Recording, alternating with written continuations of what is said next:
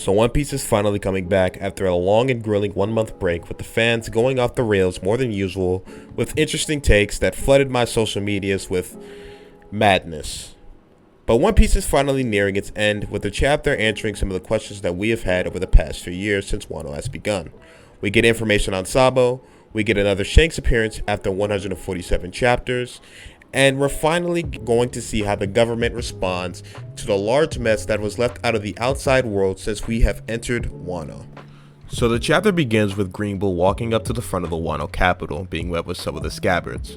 They immediately prepare to attack Green Bull after seeing that he is a Marine. Green Bull then confronts them, asking if they know anything about the outside world, and says that a country with no ties to the world government has no standing. Then Green Bull starts to use his Logia Top Devil Fruit by growing out long branches and bushes out of his arms. He then declares that non-affiliated nations need to be put in their place, and that order breeds stability.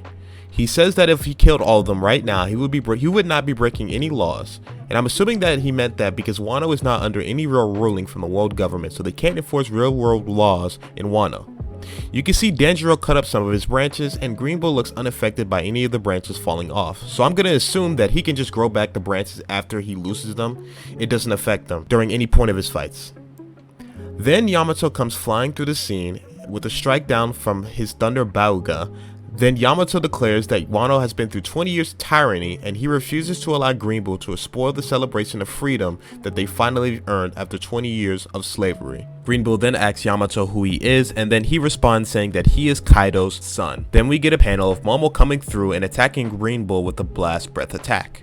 I really like this scene because it does Momo's character justice, showing that he's grown from the beginning of Wano, and he realizes that he has to be the one who protects Wano and not let it be anyone else. He would piggyback off of Luffy and Yamato and all these other characters throughout the early parts of Wano and before that in Punk Hazard, but I really like the story development that he's gotten, showing that he is ready to prepare and protect Wano like the Shogun he's supposed to be. The next panel, we see the red-haired Shanks pirates after a very long time since we last saw them. It's been about over at least 11 years since we last saw them, and it's kind of weird seeing them again. But then we see Shanks talking about it. This takes me back since the last time he was here.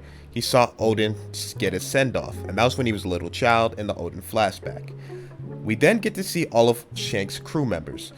We get to see Yasopp freak out about Usopp, saying that he's not ready to meet him yet, and then all the other crew members are completely ready to meet Luffy since they're right next to the Wano border, and they're sitting right outside the Wano border capital. We then get a look at Shanks holding the newspaper, looking at Luffy in his Gear 5th form. While we see Shanks look at that newspaper, one thing that caught my eye, and I think that would personally keep me looking at Shanks, is that this technically makes him an antagonist if he's going towards the One Piece.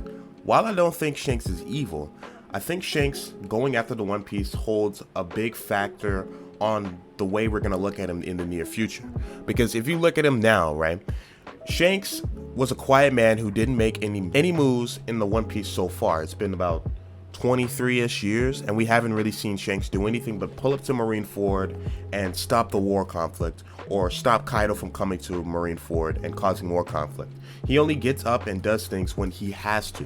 We've seen him talk to the world government. We've seen him have allies for places that normal pirates or big Yonkos wouldn't have throughout the entire story, and I think that's a really big aspect, an important aspect of the story that we kept on looking at through Shanks. He has been a very quiet guy for most of the series. He's been a mystery, and we're actually going to start seeing some of those questions get answered about him and what he's associated with and what he does and what makes him so strong.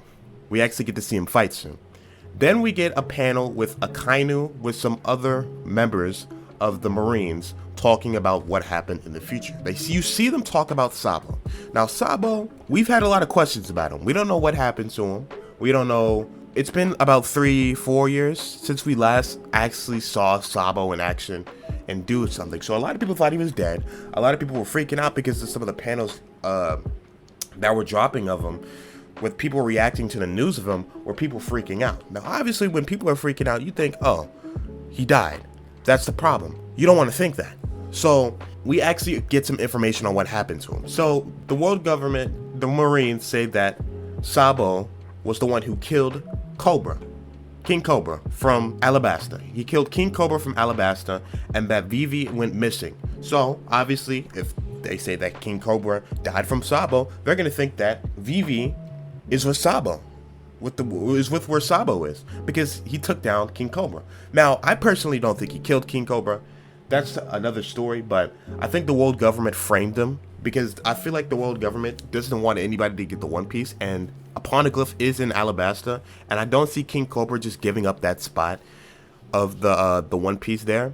So I think that the world government took him down, and I could personally see that happening, and then blaming it on Sabo, because they can't take the responsibility of somebody with that high of rank dying, right? So it wouldn't make any sense for them to just personally just give it in.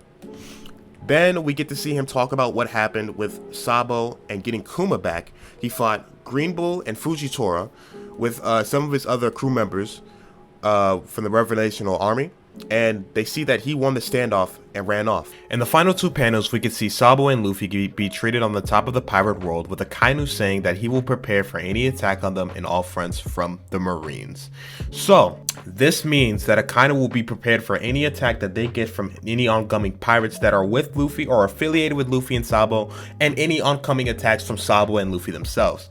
Akainu realizes that this is near the end game, and we're getting close to the very end of the pirate world spreading all across the world. You see Luffy getting close to becoming the king of the pirates, and you see Sabo rising towards the higher fame than what Dragon is because of what the story brought up near in this panel. So Akainu has to prepare on all fronts and attack and respond, because if he wants the world to have some kind of reality to it, he can't allow the pirate world to rot and rumble through all of the entire world. 2 Yonko's been taken down, so obviously this is a new generation that the Marines have to prepare for and respond to. If they don't make their stance and respond to this new generation, it's going to be hard for them to have control in the near future or any future. So Akainu is probably preparing to attack on Sabo and where Sabo is, because that will be the most beneficial towards him. Sabo's getting the most reign and attention through the new pirate world, more than Luffy right now, even though Luffy just became a Yonko. It's really important for the Marines to hold their stance on the pirate world and show their dominance, because it'll hold more and more pirates from going out there and causing chaos for the normal people and the government to take care of. So the Marines are most likely going to have a response to this, and I think the response will be towards Sabo. I think Sabo will be getting attacked by the main Marines, and I don't think it might be Akainu. Akainu might come and attack Sabo straight on. It wouldn't shock me if that happened in the story, and it would make sense, because Akainu needs to set his stance and really show to the world. Sabo needs to prepare from an oncoming attack from Akainu. Now, this probably means that we might see Dragon in the near future, because Dragon is affiliated with Sabo and anything near Sabo. So I can see Akainu coming to attack Sabo, but then he's met with Dragon, and we'll actually see a Dragon fight. I can see that happening in the near future, because we need to see some conflict with the Marines. They've been sitting down for a little bit too much, and we haven't seen them fight and prepare to attack and respond to these pirates running reigns throughout the entire One Piece world. 2 Yonkos are down, and they need to make their stance right now, because if they don't, the pirates will start to run free reign throughout the entire One Piece world and story, and that'll have a huge effect on the way people look at Marines and respect them. But overall, I rate this chapter a solid 10 out of 10. I don't think that we could have gotten a better chapter from Oda after a long 1-month break, hyping up the future of the end of the One Piece story, showing Reverie, what happened with some of our characters that's missing, and we didn't get too much information in one chapter. It didn't feel forced at any point when I was reading this chapter on how the story was written or how these characters would be involved from each section. We got to look at almost everything besides Luffy, because I feel like Luffy should get his own self-centered oriented chapter when he finds out about the news with Sabo. It wouldn't feel right to have him learn about the news with Sabo and then it cuts off to Shanks and then Akainu. That's too much information into one chapter. So I like the way Oda split it up, showing off with the new Reverie information that we got and we've been waiting for a very long time. So I'm probably going to give this chapter a solid 10 out of 10. But that's enough for me. I'm recording this at like 2 a.m. so I'm very tired. See y'all next week.